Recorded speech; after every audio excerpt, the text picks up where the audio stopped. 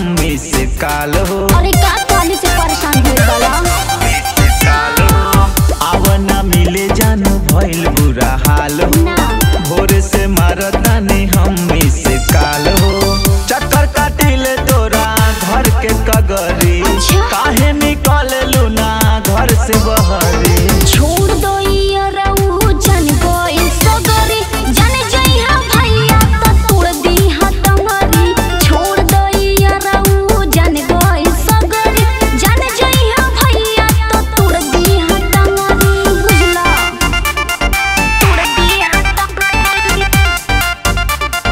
ना भाई लगती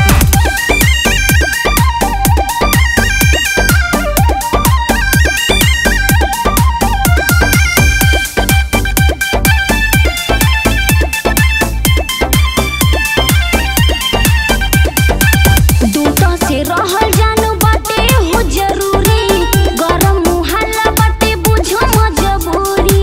हर बुझो कहने को बुझो मजबूरी। झूठो दिलासा नहीं हमके हो दिलावा।